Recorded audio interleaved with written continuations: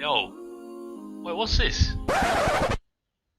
New batch of atmospheric oil residue for the new video.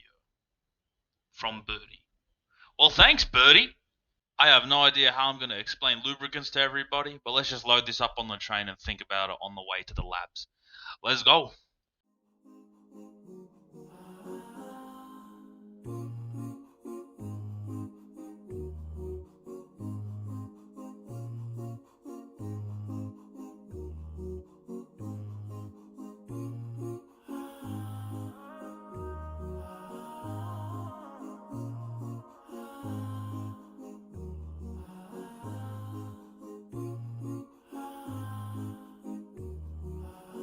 Now that we're at the loading dock that leads to the lubricant labs, I'm going to explain this real quick. So we're starting this guide from atmospheric oil residue and beyond. Okay, so I'm not going to tell you how to get oil and process it because most of you know how to do it and it's basic stuff and it's in my polyethylene video. All right, so we're going to first cover lubricating oil. So let's get straight to it. Let's get to the labs. Okay, so for my early gameplays, here's what you're going to need. One vacuum distillation tower. 2 distillation towers, 2 heat exchangers, a fluid compressor and decompressor, a phase separator, a radiator, a crystallizer, and a fixed bed reactor, as well as a centrifuge. Get all these. If you have access to Platinum SAPO-11 catalyst beds, then you're just going to want a vacuum distillation tower, a source of hydrogen, and a fixed bed reactor. I'll explain the early game method first. So with your vacuum distillation tower, send in your atmospheric oil residue, and it's going to give you a product called crude lubricating oil.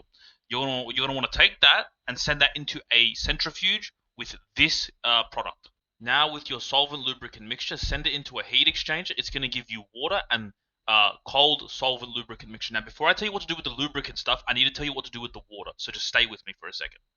So the way this works is you're going to take your water and send it into a second heat exchanger that has cold ammonia in it, right?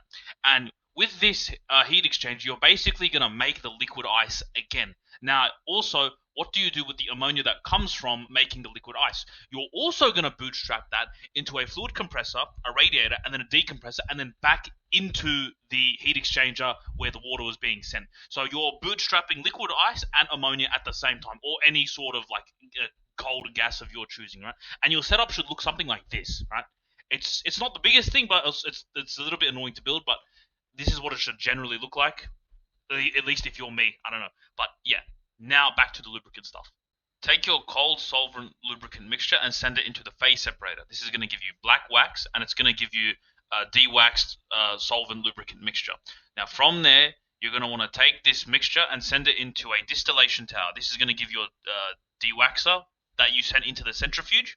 And it's also going to give you your sulfuric lubricating oil. Take your sulfuric lubricating oil, send it into a fixed bed reactor with some hydrogen, and make sure you have a hydrocracking catalyst bed. And then from there, you just send it into the second distillation tower, and there you go. You have gotten basic lubricating oil. Nice. Now, let's talk about that black wax. Literally, just take the black wax you got from the phase separator and send it into a crystallizer. You're going to get wax, and you're going to get your lubricating oil. How sick is that? I've just maximized your lubrication, oil production, or whatever it's called. Let's talk about what you can do with this stuff. Totally forgot. You still got the SOPO-11 people. Literally, just get your crude lubricating oil from the tower and send it into the fixed bed reactor with that catalyst bed. Boom, lubricating oil right there. What a shortcut. You're welcome. Now, on to what I was going to talk about. So from what I know, there's 4 main uses for lubricating oil. So it's used to make sodium hydride, which is, I guess it's used in methanol or cesium, something. I don't know, you use it for something, right? It's also used in hydraulic fluid, which is very important for later multis. Maybe I'll make a video on that another time, but yeah, hydraulic fluid. It's also used as lubricant for your turbines, your generators, you know, basic power generation stuff. Everyone knows that. And obviously, it's used in making lubricant. Now, let's talk about lubricant. Now, instead of me just telling you how to get every lubricant in every single way, I'm just going to tell you some, easy ways, in my opinion, on how to upgrade your lubricating oil to lubricant. And I'm going to be doing this for the next 3 tiers of lubricant because there's just so many crafting recipes and so much different chemicals. If I was to explain everything, every single detail, 3-hour video minimum. But anyway, soapstone and lubricating oil, talc and lubricating oil, any method involving seed oil, PTFE and lubricating oil, And obviously you can mix and match between seed oil, lubricating oil, synthetic wax, blah blah blah. The point is there's a lot of different ways to make your lubricant, and obviously in terms of this video it's really easy just to upgrade from lubricating oil to lubricant. That being said, on to what is lubricant used for? So obviously you can use them for your power multis and turbines, but you can also use them to collect resin, construct transformers, construct multi-block components and multi-blocks, certain ones that is. You can also use them in cutting machines, and you can also use them to upgrade to mid-grade lubricant, which requires a whole lot of chemicals and other stuff. But we'll get onto that right now. Okay, I know I said I was going to show you a few notable ways on how to get the next 3 tiers of lubricant. The thing is, there's so many different chemicals and options and ways to go about it, so many different recipes, that I can't be bothered to find a clear defined way and make that the standard. So what I am going to do is I'm going to go through each tier one by one, and I'm going to tell you what chemicals or dust or whatever are used to make what lubricant. Okay? So we're going to do it like that. Now, I can already hear you asking, KYN, why don't I just use JEI and look at them myself? I don't need you to... Alright, shut up. Would you rather me tell you exactly where what ingredients or what, and what you need to get, and you go get them? Or you look around in JEI for 20 minutes getting confused, alright? Shut up. I apologize for the crash out. It's not your fault, you were born this way. Now let's go. Starting with the mid-grade liquids, we got anti-foaming additive, polyethylene glycol, zinc dialkyl dithiophosphate, and tricresyl phosphate. And then there's these 3 dusts, which I have no idea how to pronounce. For premium ingredients, it's literally calcium phenate.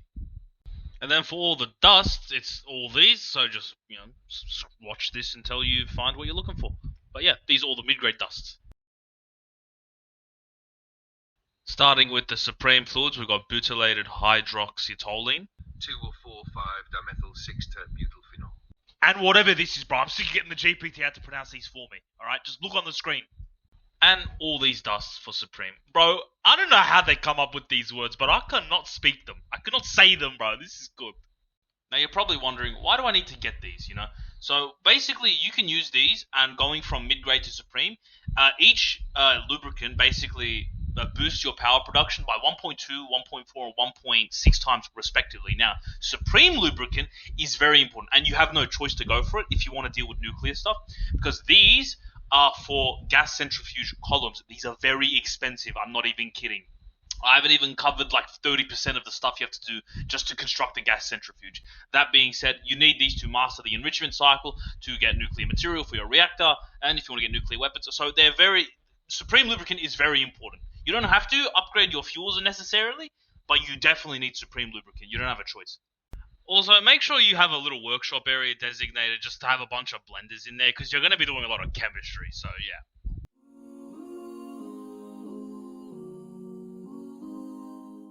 And that's the video, guys. I want to say sorry because it's a bit misleading.